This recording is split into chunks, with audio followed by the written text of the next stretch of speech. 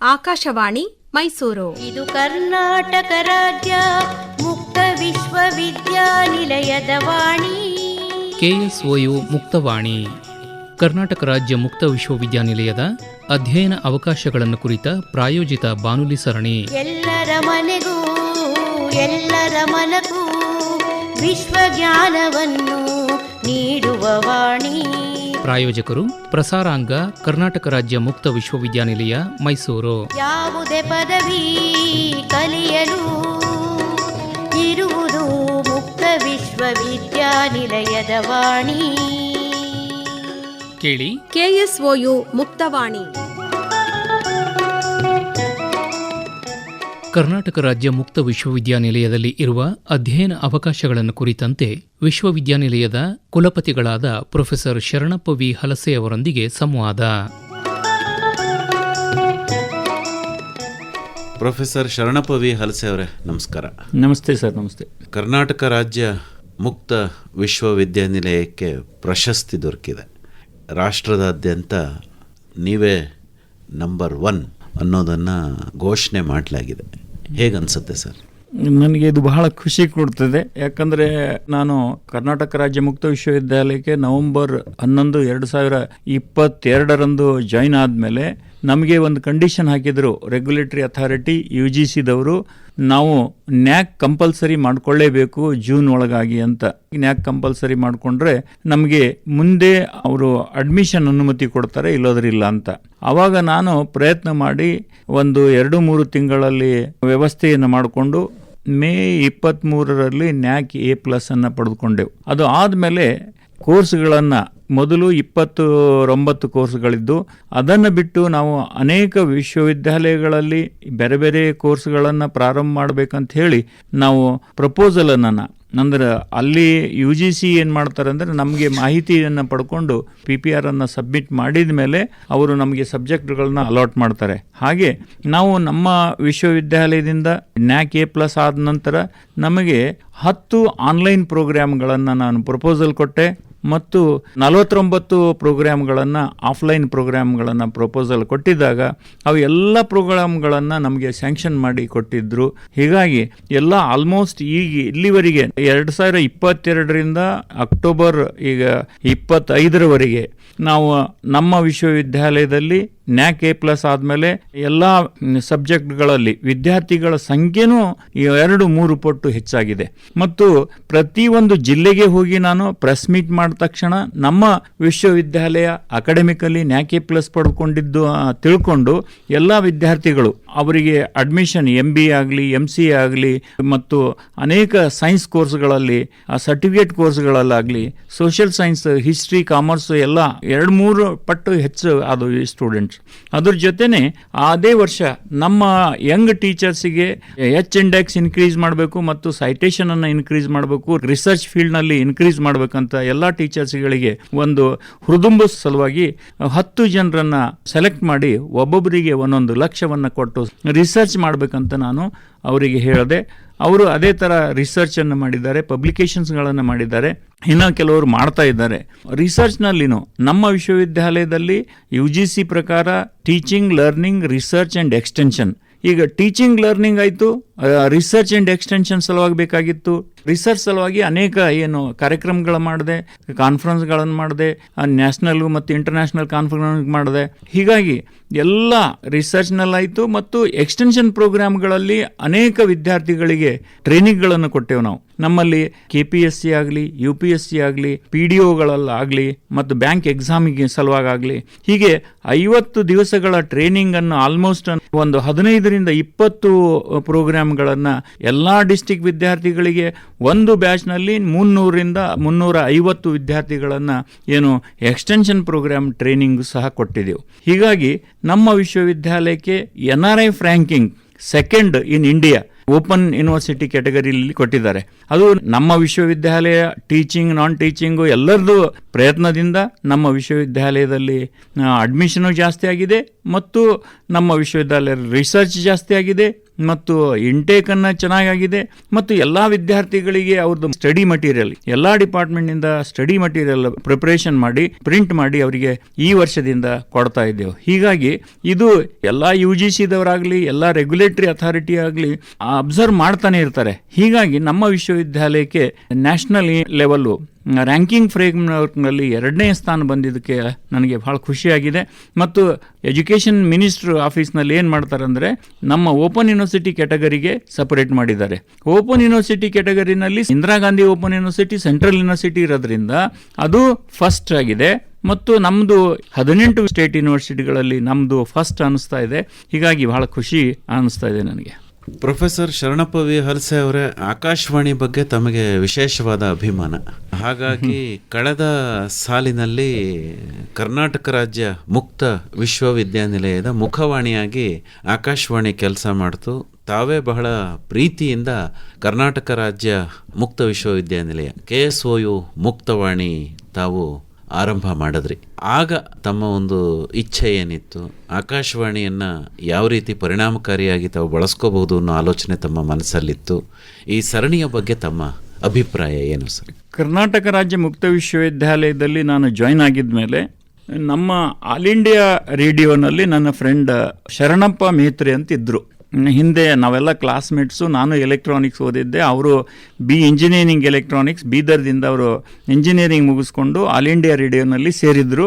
ಹೀಗಾಗಿ ನಮ್ಮ ಏನು ಇದು ಗವರ್ಮೆಂಟ್ ವಾಹಿನಿ ಇರೋದ್ರಿಂದ ಗವರ್ಮೆಂಟ್ನಲ್ಲಿ ನಮಗೆ ಅವ್ರ ಜೊತೆ ಕೊಲಾಬ್ರೇಷನ್ ಮಾಡಿಕೊಂಡು ನಮ್ಮ ವಿಶ್ವವಿದ್ಯಾಲಯಕ್ಕೆ ಎಷ್ಟು ಹೆಲ್ಪ್ ಮಾಡ್ತಾರೆ ಅದೆಲ್ಲ ತಿಳ್ಕೊಂಡಿದ ಮೇಲೆ ನನಗೆ ಅನ್ನಿಸ್ತು, ನಮ್ಮ ಸೋಷಾಲಜಿ ಪ್ರೊಫೆಸರ್ ಆದಂಥ ನಾಯಕ್ ಅವರು, ಮೂರ್ತಿಯವರು ಅವರ ಸಹಾಯದಿಂದ ನಾವು ಎಲ್ಲ ವಿದ್ಯಾರ್ಥಿಗಳಿಗೆ ಹೇಗೆ ರೀಚ್ ಆಗಬೇಕು ಅದರ ಸಲುವಾಗಿ ನಾನು ಒಂದು ಮಾಧ್ಯಮವನ್ನು ತಗೊಂಡೆ. ಆ ಮಾಧ್ಯಮ ಆಲ್ ಇಂಡಿಯಾ ರೇಡಿಯೋ ಮಾಧ್ಯಮದಿಂದ.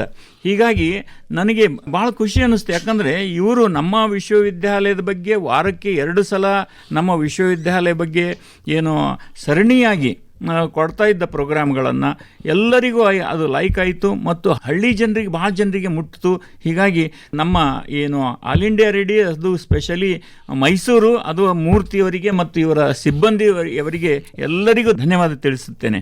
ಯಾಕಂದರೆ ಅವರು ಅಷ್ಟೇ ಪ್ರೀತಿಯಿಂದ ನಾನು ಮಾಡ್ತೀನಿ ಅಂದ ತಕ್ಷಣ ಯಾವ ಡೇಟು ಸರ್ ಅಂತ ಕೇಳಿದ್ದಾಗ ನಾನು ನನ್ನ ಬಿಡುವ ಟೈಮಿನಲ್ಲಿ ಹೇಳಿದ್ರೆ ಅವರು ಬಿಡು ಮಾಡಿಕೊಂಡು ನನ್ನ ರಿಕಾರ್ಡ್ ಮಾಡಿಕೊಂಡು ಅವರು ನಮಗೆ ಅಷ್ಟೇ ಪ್ರೀತಿಯಿಂದ ಮಾಡಿದ್ದಕ್ಕೆ ನನಗೂ ಬಹಳ ಖುಷಿ ಅನ್ನಿಸ್ತು. ಹೀಗಾಗಿ ನನ್ನ ವಿಶ್ವವಿದ್ಯಾಲಯ ಬೆಳವಣಿಗೆಗೆ ತಮ್ಮದೂ ಅಳಿಲು ಸೇವೆ ಇದೆ ಅಂತ ನನಗೆ ಅನಿಸ್ತಾ ಇದೆ. ಮತ್ತು ಆಲ್ರೆಡಿ ಈ ಅಡ್ಮಿಷನನ್ನು ನೋಡಿದರೆ, ಈಗ ಜನವರಿ ಮತ್ತು ಜುಲೈ ಸೈಕಲ್ ಅಡ್ಮಿಷನ್ಗಳನ್ನು ನೋಡಿದರೆ 22 ವರ್ಷದಲ್ಲಿ ನಮಗೆ 20,000 ವಿದ್ಯಾರ್ಥಿಗಳಿದ್ದು, ನೆಕ್ಸ್ಟ್ ಇದು ಆಲ್ ಇಂಡಿಯಾ ರೇಡಿಯೋ ಆಗಲಿ ಮತ್ತು ಪ್ರೆಸ್ ಮೀಟ್ ಆಗಲಿ ಇವರೆಲ್ಲ ಮಾಧ್ಯಮದಿಂದ ನಾವು ಪ್ರಸಾರ ಮಾಡಿದ್ದಕ್ಕೆ 45,000 ಅಡ್ಮಿಷನನ್ನು 23ರಲ್ಲಾಯಿತು, ಮತ್ತೆ 45,000 24ರಲ್ಲಿ ಆಯಿತು. ಈ ಸಲ 50,000 ಅಡ್ಮಿಷನನ್ನು ಆಗಿದೆ. ಹೀಗಾಗಿ ತಮ್ಮ ಆಲ್ ಇಂಡಿಯಾ ರೇಡಿಯೋ ಮೈಸೂರದವರಿಗೆ ಧನ್ಯವಾದ ಹೇಳ್ತೀನಿ. ಯಾಕಂದರೆ ಅವರು ನಮಗೆ ಬಹಳ ಸಹಾಯ ಮಾಡಿದ್ದಾರೆ. ಜನರಿಗೆ ಮುಟ್ಟಲು ಬಹಳ ಆಸಕ್ತಿ ತೋರಿಸಿ ಅವರಿಗೆ, ಮತ್ತು ಸರ್ಕಾರದ ದೇಹ ಉದ್ದೇಶಗಳನ್ನು ಏನಿದೆ ಅಂದರೆ ಎಜುಕೇಷನ್ ಟು ಆಲ್ ಅಂತ ಹೇಳ್ತಾರೆ. ಯಾವುದೇ ಸರ್ಕಾರ ಇರಲಿ ಎಲ್ಲ ಜನರಿಗೆ ಎಜುಕೇಷನನ್ನು ಕೊಡಬೇಕು ಅಂತ. ಎಜುಕೇಷನ್ ಕೊಡಬೇಕಾದ್ರೆ ಮಾಧ್ಯಮಗಳು ಬೇಕಲ್ಲ. ಆ ಮಾಧ್ಯಮಗಳಲ್ಲಿ ಇಲ್ಲಿ ಎಜುಕೇಷನ್ ಇದೆ, ಓಪನ್ ಯಾರು ಎಂಪ್ಲಾಯ್ ಇದ್ದಾರೆ ಅವರಿಗೆಲ್ಲ ಅವಕಾಶ ಇದೆ ಅಂತ ಹೇಳೋ ಸಲುವಾಗಿ ಮತ್ತು ಅವರಿಗೆ ಮುಟ್ಟೋ ಸಲುವಾಗಿ ನಮ್ಮ ಮಾಧ್ಯಮಗಳನ್ನು ಪತ್ರಿಕಾ ಮಾಧ್ಯಮಗಳಾಗಲಿ ಮೀಡಿಯಾದಲ್ಲಾಗಲಿ ಅದು ಸ್ಪೆಷಲಿ ನಮ್ಮ ಆಲ್ ಇಂಡಿಯಾ ರೇಡಿಯೋ ಮೈಸೂರದವರ ಸಹಾಯದಿಂದ ನಾನು ಅಚೀವ್ ಮಾಡೀನಿ ಅಂತ ನನಗೆ ಅನಿಸ್ತದೆ. ಶರಣಪ್ಪ ಹಲಸೆ ಅವರೇ, ಮತ್ತೆ 1 ವರ್ಷದ ಮುಕ್ತವಾಣಿಯನ್ನು ತಾವು ಆರಂಭ ಮಾಡ್ತಾ ಇದ್ದೀರಿ. ಅದು ಇವತ್ತಿನಿಂದ ಆರಂಭ ಆಗ್ತಾ ಇದೆ. ಈ ಬಾರಿ ತಮ್ಮ ನಿರೀಕ್ಷೆಗಳೇನಿರಬಹುದು? ಯಾಕೆಂದರೆ ಮೊದಲಿಗೆ ನಾವು ಕೇವಲ ಒಂದು 8ರಿಂದ 10 ನಿಮಿಷ ಮಾಡ್ತಾ ಇದ್ವಿ. ಈ ಸಾರಿ ಬರೋಬ್ಬರಿ 15 ನಿಮಿಷಗಳ ಕಾಲ ಈ ಸರಣಿ ಕಾರ್ಯಕ್ರಮ ಪ್ರಸಾರ ಆಗುತ್ತೆ. ಈಗ ತಮ್ಮ ಒಂದು ವಿಚಾರಗಳು, ಆಲೋಚನೆಗಳು, ಚಿಂತನೆಗಳು ಈ ವರ್ಷಕ್ಕೆ ಏನಿರ್ಬೋದು? ಈ ವರ್ಷ ನಮ್ಮ ವಿಶ್ವವಿದ್ಯಾಲಯದಲ್ಲಿ ಅನೇಕ ಸ್ಕಿಲ್ ಪ್ರೋಗ್ರಾಮ್ಗಳನ್ನು ಎಷ್ಟೋ ವಿದ್ಯಾರ್ಥಿಗಳಿಗೆ ನೀಡ್ ಬೇಸ್ಡ್ ಎಜುಕೇಷನ್ ಕೊಡಬೇಕಂತ ನನ್ನ ಆಸೆ ಇದೆ. ಈಗ ಯಾವಾಗಲೂ ಥೆರಾಟಿಕಲಿ ಓದೋದೇ ಬೇರೆ, ಪ್ರಾಕ್ಟಿಕಲಿ ಮಾಡೋದೇ ಬೇರೆ. ಹೀಗಾಗಿ ನಮ್ಮ ವಿಶ್ವವಿದ್ಯಾಲಯದಲ್ಲಿ ಕಲಿಯಲಿಕ್ಕೆ ಬಂದಂಥ ವಿದ್ಯಾರ್ಥಿಗಳು ಮತ್ತು ಸ್ಟಡಿ ಮಾಡೋಂಥ ವಿದ್ಯಾರ್ಥಿಗಳಿಗೆ ನಮ್ಮ ರೆಗ್ಯುಲರ್ ಕೋರ್ಸ್ ಜೊತೆ ಸ್ಕಿಲ್ ಪ್ರೋಗ್ರಾಮ್ಗಳನ್ನು, ಅದು ಅಲ್ಲದೆ ನಾನು NSDCದಿಂದ ಏನು ಸ್ಯಾಂಕ್ಷನ್ ಮಾಡಿಕೊಂಡು 10 ಕೋಟಿ ಎಕ್ವಿಪ್ಮೆಂಟ್ಸನ್ನು ನಮ್ಮ ವಿಶ್ವವಿದ್ಯಾಲಯಕ್ಕೆ ಅವರು ಸ್ಯಾಂಕ್ಷನ್ ಮಾಡಿ ಕೊಟ್ಟಿದ್ದಾರೆ, ನ್ಯಾಷನಲ್ ಸ್ಕಿಲ್ ಎಜುಕೇಷನ್ದವರು, NSDC ಇದವರು. ಹೀಗಾಗಿ ಆ ಸ್ಕಿಲ್ ಪ್ರೋಗ್ರಾಮ್ಗಳನ್ನು ನಮ್ಮ ವಿದ್ಯಾರ್ಥಿಗಳಿಗೆ ಕೊಟ್ಟರೆ ಅನುಕೂಲ ಆಗ್ತದೆ ಮತ್ತು ಅವರಿಗೆ ಜಾಬ್ ರೆಡಿ ಆಗಲಿಕ್ಕೆ ಅನುಕೂಲ ಆಗ್ತದೆ. ಹೀಗಾಗಿ ಎಂಪ್ಲಾಯಬಿಲಿಟಿ ಪ್ರಾಬ್ಲಮ್ ಇದೆ. ಎಂಪ್ಲಾಯಬಿಲಿಟಿ ಪ್ರಾಬ್ಲಮ್ ಅಂದರೆ ನಮ್ಮ ಯಾವುದೇ ವಿಶ್ವವಿದ್ಯಾಲಯದಲ್ಲಾಗಲಿ ಹಳೆಯ ಸಿಲೆಬಸ್ಸನ್ನು, ನೀಡ್ ಬೇಸ್ಡ್ ಸಿಲೆಬಸ್ಸನ್ನು ಪ್ರಿಪೇರ್ ಮಾಡಬೇಕಂತ ಎಲ್ಲ ಟೀಚರ್ಸ್ಗಳಿಗೆ ನಾನು ಮನವಿ ಮಾಡ್ಕೊಳ್ತೇನೆ. ಯಾಕಂದರೆ ಅಲ್ಲಿ ವಿದ್ಯಾರ್ಥಿಗಳು ಸಮಾಜದಲ್ಲಿ ಏನು ಬೇಕು ಅಂಥ ಸಿಲೆಬಸ್ಸನ್ನು ಮಾಡಿದ್ರೆ ಇಮಿಡಿಯೇಟಾಗಿ ಅವರಿಗೆ ಜಾಬನ್ನು ಆಗ್ತದೆ. ಹೀಗಾಗಿ ನೀಡ್ ಬೇಸ್ಡ್ ಸಿಲೆಬಸ್ಸನ್ನು ಮಾಡಿಕೊಂಡು ಮತ್ತು ಸ್ಕಿಲ್ ಪ್ರೋಗ್ರಾಮನ್ನು ಮಾಡಿ ಅವರಿಗೆ ವಿದ್ಯಾರ್ಥಿಗಳಿಗೆ ಟೀಚ್ ಮಾಡಬೇಕು. ಮತ್ತು ಈ ಸಲ 15 ನಿಮಿಷಗಳ ತಮ್ಮ ಕಾಲವನ್ನು ನಮ್ಮ ವಿಶ್ವವಿದ್ಯಾಲಯ ಸಲುವಾಗಿ ಕೊಟ್ಟಿದ್ದಕ್ಕೆ ತಮಗೆ ಧನ್ಯವಾದ. ಯಾಕಂದರೆ ಎಲ್ಲರೂ ಆಲ್ ಇಂಡಿಯಾ ರೇಡಿಯೋದವರಿಗೆ ನಂಬ್ತಾರೆ. ಅಂದರೆ ಎಷ್ಟೋ ಮೀಡಿಯಾದವರು ಸ್ವಲ್ಪ ಮಟ್ಟಿಗೆ ಮಾಹಿತಿ ಖಚಿತ ಪಡಿಸ್ಕೊಳ್ಳಾರ್ದೆ ಇದು ಮಾಡ್ತಾರೆ ಅಂತ ಹೇಳ್ತಾರೆ. ಬಟ್ ಆಲ್ ಇಂಡಿಯಾ ರೇಡಿಯೋ ನಮ್ಮ ಖಚಿತಪಡಿಸ್ಕೊಂಡು ಮಾಹಿತಿಯನ್ನು ಕರೆಕ್ಟ್ ಇದೆ ಅಂತ ಹೇಳಿ ಅವರು ಪ್ರಸಾರ ಮಾಡ್ತಾರಂತ ನನಗೆ ವಿಶ್ವಾಸ ಇದೆ. ಹೀಗಾಗಿ ಎಲ್ಲರಿಗಿಂತ ನಂಬಿಕೆ ಮುಖ್ಯ. ಈಗ ಎಷ್ಟೋ ಮೀಡಿಯಾಗಳಲ್ಲಿ ಏನೇನೋ ಹೇಳ್ತಾರೆ, ಅದು ಖಚಿತ ಅವರಿಗೆ ಕನ್ಫರ್ಮೇಷನ್ ಇರಲಾರ್ದೆ ಕೆಲವೊಂದು ಇದು ಮಾಡ್ತಿರ್ತಾರೆ. ನಮ್ಮಲ್ಲಿ ಆ ಕನ್ಫರ್ಮೇಷನ್ ಮಾಡಿಕೊಂಡು ನಮ್ಮಲ್ಲಿ ಪ್ರಸಾರ ಮಾಡ್ತಾರಂತ ನನಗೆ ಅನಿಸ್ತದೆ. ಹೀಗಾಗಿ ಅವರ ಏನು ಯಾವುದೇ ಮಾಹಿತಿಯನ್ನು ಪರ್ಫೆಕ್ಟ್ ಆಗಿರ್ತದೆ, ಅದರ ಸಲುವಾಗಿ ಅವರು ಏನು 15 ನಿಮಿಷಗಳ ಕಾಲ ಏನು ನಮ್ಮ ಮಾಹಿತಿಯನ್ನು ಕೊಡ್ತಾರೆ, ಅವರಿಗೆ ಧನ್ಯವಾದ ಈ ಸಂದರ್ಭದಲ್ಲಿ ತಿಳಿಸ್ತೇನೆ. ಜನಸಾಮಾನ್ಯರಿಗೆ ಏನಾದರೂ ಹೇಳಕ್ಕೆ ಇಷ್ಟಪಡ್ತೀರಿ? ಜನಸಾಮಾನ್ಯರಿಗೆ ಏನು ತಿಳಿಸಲು ಬಯಸ್ತೇನೆಂದರೆ, ನಮ್ಮಲ್ಲಿ ಎಲ್ಲ ಡಿಸ್ಟಿಕ್ನಲ್ಲಿ ರೀಜ್ನಲ್ ಸೆಂಟರ್ಸ್ಗಳಿವೆ, ಸ್ಟಡಿ ಸೆಂಟರ್ಸ್ಗಳಿವೆ. ನಮ್ಮ ಮುಕ್ತ ವಿಶ್ವವಿದ್ಯಾಲಯಕ್ಕೆ ಇಲ್ಲಿ ಬರೆಯಬೇಕಾಗಿಲ್ಲ, ಅಲ್ಲಿಂದೇ ಅವರು ಅಡ್ಮಿಷನನ್ನು ಮಾಡ್ಕೋಬೋದು. ಯಾವ ಡಿಸ್ಟಿಕ್ ಇದ್ದರೂ ಅಲ್ಲೇ ಅಡ್ಮಿಷನನ್ನು ಮಾಡಿಕೊಂಡು ಅಲ್ಲೇ ಆ ಏರಿಯಾದಲ್ಲೇ ಕ್ಲಾಸ್ಗಳನ್ನು ತೊಗೊಂಡು, ಕಾಂಟ್ಯಾಕ್ಟ್ ಕ್ಲಾಸ್ಗಳನ್ನು ತೊಗೊಂಡು, ಅಲ್ಲೇ ಪ್ರಾಕ್ಟಿಕಲನ್ನು ತೊಗೊಂಡು ಅಲ್ಲಿ ಅವರು ಅಭ್ಯಾಸವನ್ನು ಮಾಡಿಕೊಂಡು ಅಲ್ಲೇ ಡಿಗ್ರಿಯನ್ನು ಪಡ್ಕೊಳ್ಳಿಕ್ಕೆ ಅವಕಾಶ ಇದೆ. ಪ್ರೊಫೆಸರ್ ಶರಣಪ್ಪ ವಿ ಹಲಸೆ ಅವರೇ, ಈಗ ಕರ್ನಾಟಕ ರಾಜ್ಯ ಮುಕ್ತ ವಿಶ್ವವಿದ್ಯಾನಿಲಯದಲ್ಲಿ ಅಧ್ಯಯನಕ್ಕೆ ಇರುವಂತಹ ಅವಕಾಶಗಳ ಬಗ್ಗೆ ವಿವರವಾಗಿ ಹೇಳಿ ಸರ್. ಕರ್ನಾಟಕ ರಾಜ್ಯ ಮುಕ್ತ ವಿಶ್ವವಿದ್ಯಾಲಯದಲ್ಲಿ ಈಗಾಗಲೇ ತಮ್ಗೆ ತಿಳಿಸದಂತೆ ನಮ್ಮಲ್ಲಿ 80 ಸಬ್ಜೆಕ್ಟ್ಗಳಿವೆ, 80 ಡಿಪಾರ್ಟ್ಮೆಂಟ್ಗಳಿವೆ. ಸೈನ್ಸ್ನಲ್ಲಿ ಒಂದು 10ರಿಂದ 12 department, botany, zoology, microbiology, biotechnology ಮತ್ತು ಮ್ಯಾಥಮೆಟಿಕ್ಸು, ಫಿಸಿಕ್ಸು ಇವೆಲ್ಲ ಕೋರ್ಸ್ಗಳು ಸೈನ್ಸ್ನಲ್ಲಿವೆ. ಮತ್ತು ಸೋಷಿಯಲ್ ಸೈನ್ಸ್ನಲ್ಲಿ ಪೊಲಿಟಿಕಲ್ ಸೈನ್ಸ್, ಹಿಸ್ಟ್ರಿ, ಸೋಷಿಯಾಲಜಿ ಮತ್ತು ಎಕನಾಮಿಕ್ಸು ಇವೆಲ್ಲ ಸಬ್ಜೆಕ್ಟ್ಗಳನ್ನು ಸೋಷಿಯಾಲಜಿಯಲ್ಲಿದೆ. ಲ್ಯಾಂಗ್ವೇಜ್ಗಳಲ್ಲಿನೂ ಕನ್ನಡ, ಇಂಗ್ಲೀಷ್ ಇದೆ ಮತ್ತು ಸಂಸ್ಕೃತ ಇದೆ, ತೆಲುಗು ಲ್ಯಾಂಗ್ವೇಜ್ ಇದೆ ಮತ್ತು ಉರ್ದು ಲ್ಯಾಂಗ್ವೇಜು ಸಹ ಇದೆ. ಮತ್ತು ಕಾಮರ್ಸ್ ಮ್ಯಾನೇಜ್ಮೆಂಟು ಸಬ್ಜೆಕ್ಟ್ಗಳಿವೆ. ನಮ್ಮಲ್ಲಿ ಸರ್ಟಿಫಿಕೇಟ್ ಕೋರ್ಸ್ಗಳನ್ನು ಬಹಳ ಅದಾವೆ. ಅದಕ್ಕೆ ರಿಲೇಟೆಡ್ ಈಗ ಕಾಮರ್ಸ್ನಲ್ಲಾಗಲಿ, ಮ್ಯಾನೇಜ್ಮೆಂಟ್ನಲ್ಲಾಗಲಿ ಮತ್ತು ಸೋಷಿಯಾಲಜಿ ಸಬ್ಜೆಕ್ಟ್ನಾಗಲಿ, ಹಿಸ್ಟ್ರಿನಲ್ಲಾಗಲಿ ಮತ್ತು ಸೋಷಿಯಲ್ ಸೈನ್ಸ್ಗಳಲ್ಲಿ ಸರ್ಟಿಫಿಕೇಟ್ ಕೋರ್ಸ್ಗಳನ್ನು ಇವೆ. ಹೀಗಾಗಿ ಪ್ರತಿಯೊಬ್ಬ ವಿದ್ಯಾರ್ಥಿಗಳು ಏನಂದ್ರೆ ಜಾಬ್ ಮಾಡಿಕೊಂಡೇ ನಮ್ಮ ವಿಶ್ವವಿದ್ಯಾಲಯದಲ್ಲಿ ಕಲ್ತ್ಕೊಂಡು ಅವರ ಡಿಗ್ರಿಯನ್ನು ಚೆನ್ನಾಗಿ ಪಡ್ಕೊಂಡು ಅವರ ಭವಿಷ್ಯವನ್ನು ನಿರ್ಮಾಣ ಮಾಡ್ಕೊಳ್ಬೋದು ಅಂತ ನನಗನ್ನಿಸ್ತದೆ. ಒಳ್ಳೆಯದು. ಪ್ರೊಫೆಸರ್ ಶರಣಪ್ಪ ವಿ ಹಲಸೆ ಅವರ ಇದುವರೆಗೂ ಮುಕ್ತ ವಿಶ್ವವಿದ್ಯಾನಿಲಯದ ಮುಕ್ತ ಶಿಕ್ಷಣಕ್ಕೆ ಸಂಬಂಧಪಟ್ಟಂತೆ ವಿಶೇಷವಾದ ಮಾಹಿತಿಯನ್ನು ನೀಡಿದ್ರಿ. ಬಾನುಲಿ ಸರಣಿ ಕಾರ್ಯಕ್ರಮ ನಿರಂತರವಾಗಿ ಮುಂದುವರಿಯುತ್ತೆ. ಮತ್ತೆ ಭೇಟಿ ಆಗ್ತಾ ಇರೋಣ. ವಂದನೆಗಳು. ನಮಸ್ಕಾರ. ನಮಸ್ತೆ ಸರ್. ನಮಸ್ತೆ.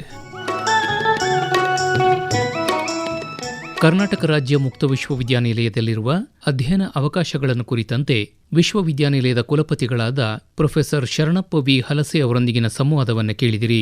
ಈ ಕಾರ್ಯಕ್ರಮದ ಮುಂದುವರೆದ ಭಾಗ ಮುಂದಿನ ವಾರ ಇದೇ ಸಮಯಕ್ಕೆ ಪ್ರಸಾರವಾಗಲಿದೆ.